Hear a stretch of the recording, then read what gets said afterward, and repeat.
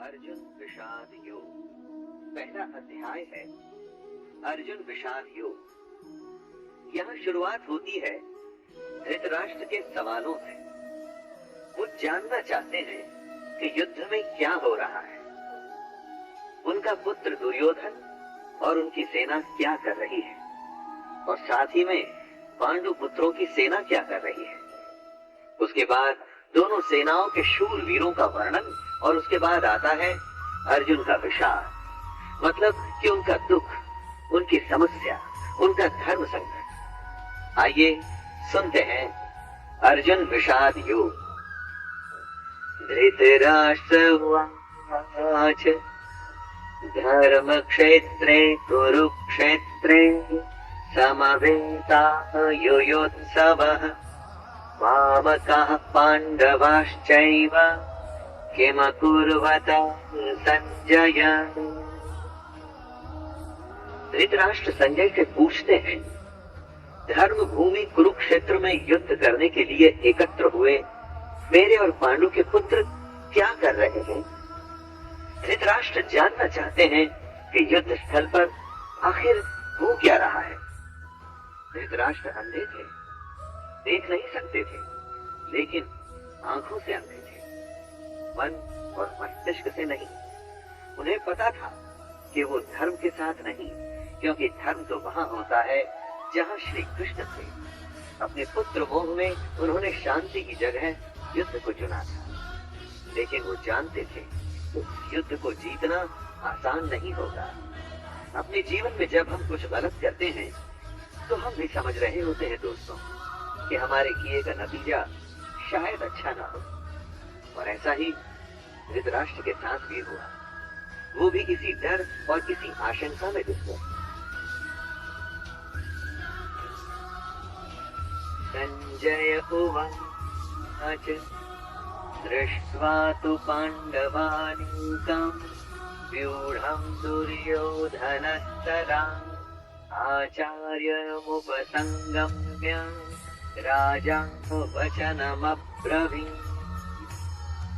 संजय आंखों देखा हाल बताते हुए उत्तर देते हैं, हे राजन, दुर्योधन पांडवों की सेना के व्यूह को देख रहे हैं और ये बात गुरु द्रोणाचार्य को जाकर के कहते हैं। संजय को दिव्य दृष्टि प्राप्त हुई थी। वो युद्ध से दूर होते हुए भी युद्ध को देख सकते थे। वो जो देख रहे थे वही बता रहे थे। इसमें वो अपनी तरफ से कुछ भी नहीं कह रहे थे, सिर्फ आंखों देखा हाल बता रहे थे युद्ध का। यानी जैसे हम लोग रनिंग कमेंट्री सुनते हैं, बस इसी तरह समझ लीजिए। ये उन्हीं की दिव्य दृष्टि यानी डिवाइन विजन का कमाल था कि हमें गीता सुनने को मिली। पश्यैतां पाण्डुपुत्राणाम् आचार्य महतिं च व्यूढां द्रुपदपुत्रेण तव शिष्येण धीमता। हे आचार्य, द्रुपद पुत्र धृष्टद्युम्न आपका ही बुद्धिमान शिष्य है। पांडु पुत्रों की ये बड़ी भारी सेना की व्यूहाकार रचना धृष्टद्युम्न ने ही की है। व्यूहाकार रचना का मतलब हुआ कि किस विशेष तरीके से सेना के योद्धा खड़े हैं। एक ऐसा व्यूह जिससे उस सेना के बीच घुसना असंभव हो, और अगर कोई उसमें घुसने में सफल भी हो जाता है तो कभी बाहर न आ सके। दोस्तों, जब शत्रु या समस्या को हम देखते हैं तो वो हमें बहुत बड़ी और विकराल दिखाई देती है, और मन में ये डर भी रहता है कि कुछ कर गुजर के अगर हम इसमें घुस भी गए तो क्या होगा, क्या हम बाहर आ पाएंगे, क्या हम जीत पाएंगे। इसी ही सोच से दुर्योधन भी गुजर रहा है। अत्र शूरा महेश्वासा भीमार्जुन समायुधे युयुधान विराटश्च द्रुपदश्च महारथः धृष्टकेतुश्चेकितानः काशीराजश्च वीर्यवान् पुरुजितकुन्तिभोजश्च शैब्यश्च नरपुङ्गवः युधामन्युश्च विक्रान्त उत्तमौजाश्च वीर्यवान् सौभद्रो द्रौपदेयाश्च सर्व एव महारथः। इन 3 श्लोक में दुर्योधन पांडु पुत्रों की सेना के महान योद्धाओं का नाम ले रहा है। जब भी युद्ध होता है तो आप अपने सामने खड़ी सेना, उस सेना के योद्धाओं को जांचते और परखते हैं।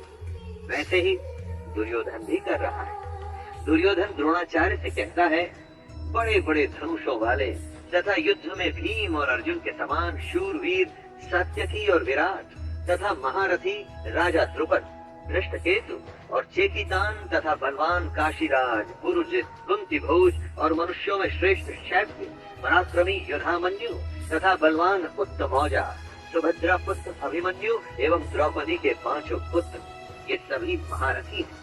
इससे हमें ये पता चलता है कि चाहे शत्रु हो या शत्रु के जैसी समस्या, उसके बारे में सब कुछ जानना चाहिए।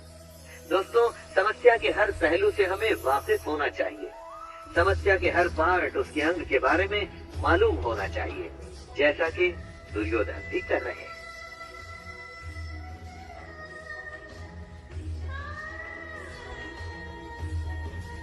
अस्माकं तु विशिष्टायै तान्निबोधत् द्विजोत्तम नायका मम सैन्यस्य संज्ञार्थं तान् ब्रवीमि। दुर्योधन आगे कहता है, हे ब्राह्मण श्रेष्ठ, पांडवों की सेना के योद्धाओं को तो आपने देख लिया, अब अपने पक्ष में भी जो प्रधान हैं, उनको भी तो आप समझ लीजिए। द्रोणाचार्य की जानकारी के लिए शत्रु की सेना के बाद दुर्योधन अपनी सेना के जो सेनापति हैं, उनके बारे में बतलाता है। समस्या के बारे में सब कुछ जान लेने के बाद बारी आती है अपने पक्ष में सोचने की। ये जानना होता है दोस्तों कि आपके पास क्या क्या स्ट्रॉन्ग पॉइंट्स हैं, आप किन बातों में मजबूत हैं, जिससे आप उस समस्या पर विजय पा पाए। जैसे आपने समस्या के हर पहलू के बारे में सोचा, उसी तरह से आपको स्वयं का भी आकलन कर लेना चाहिए।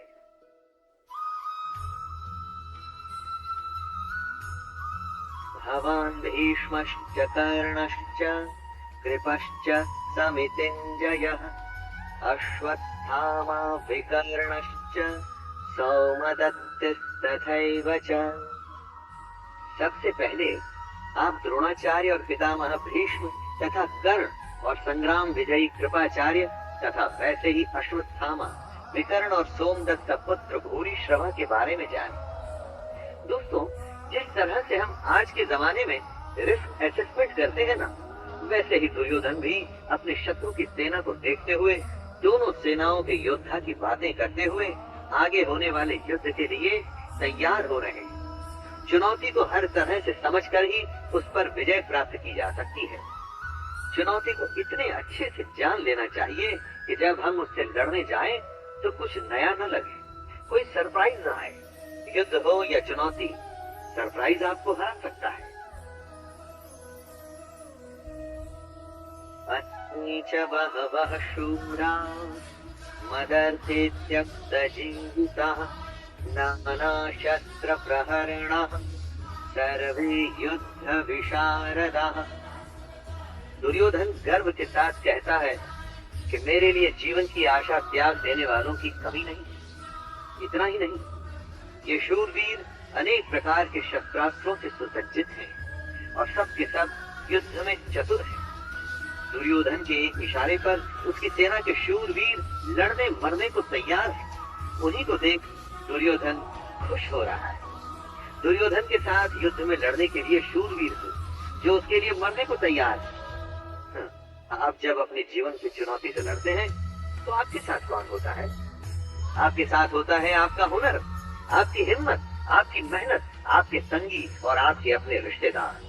जैसे शूरवीर दुर्योधन के लिए कुछ भी करने को तैयार हैं, वैसे ही ये आपके साथी भी आपके लिए कुछ भी कर सकते। अपर्याप्तं तदस्माकं बलं भीष्माभिरक्षितं पर्याप्तं त्विदमेतेषां बलं भीमाभिरक्षितं।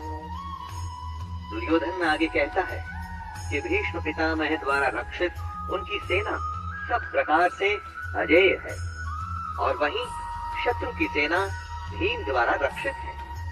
दुर्योधन कहना चाहते हैं कि भीम की सेना को वो आसानी से जीत सकते हैं। दुर्योधन यहाँ घमंड दिखा रहा है, जो आपको बिल्कुल भी नहीं करना है दोस्तों, कभी नहीं।